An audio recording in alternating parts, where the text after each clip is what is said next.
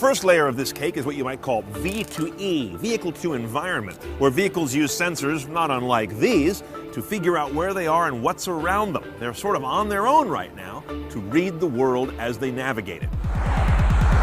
Just count the array of sensors on Audi's current self-driver that uses V2E technology to handle its own driving up to a full 40 miles per hour.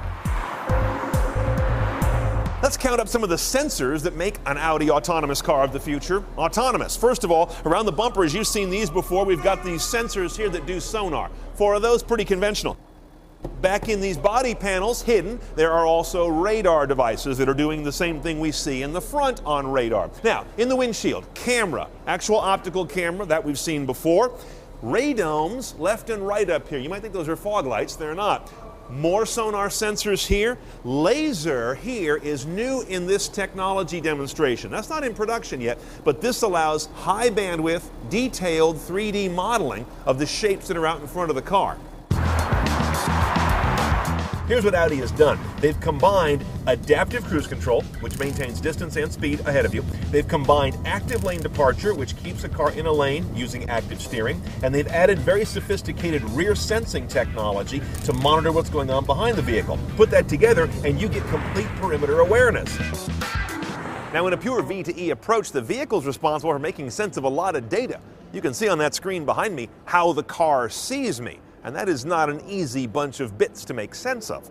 That puts a lot of processing power in the car. In a lot of the past prototypes I've seen, that computing power fills the trunk of a self-driving car. But more recently, I'm seeing it fill up maybe a space the size of a shoebox. The next layer of self-driving is V2V, vehicle to vehicle, where cars report their position and trajectory to each other. Ford recently showed us a very clear demo of how this moves the ball forward. The gray car behind me is about to blow a red light. The blue car can't see it because of that truck. But because these guys are in communication, the gray car told the blue car's driver something's wrong. He was able to hit the brakes. Nobody got into a collision. Here's another sphincter tightening scenario we all know. This car is stopped. The car 2 vehicles behind it can't tell because of traffic in the middle. But thanks to vehicle communication, the driver in the back gets a warning to brake, even though he couldn't have seen it humanly. Also, current in-vehicle sensors wouldn't have been able to help here either. Only vehicle to vehicle can see through other cars.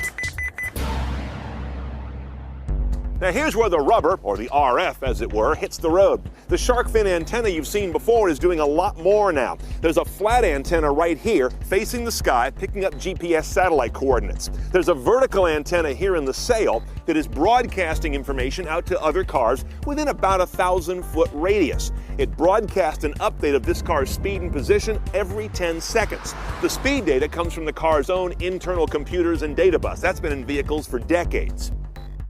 Now, a key part of V2V that car makers don't entirely control is setting up the standard language and protocols that all vehicles of all brands will use to talk to each other.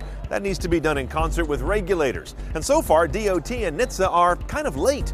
They'd promised some early guidelines by late 2013. As of right now, early 2014, we still haven't seen them. Which brings us to V2I, vehicle to infrastructure. That's the ultimate layer, where cars, roads, traffic signals, and network centers all talk to each other to really take self-driving to a rich level. Now this stuff's pretty green, but it rolls up the concept of the car getting signals not just from other cars, but also from, let's say, the Metro Traffic Control Center, or sensors in and around roads. It can manifest itself several ways.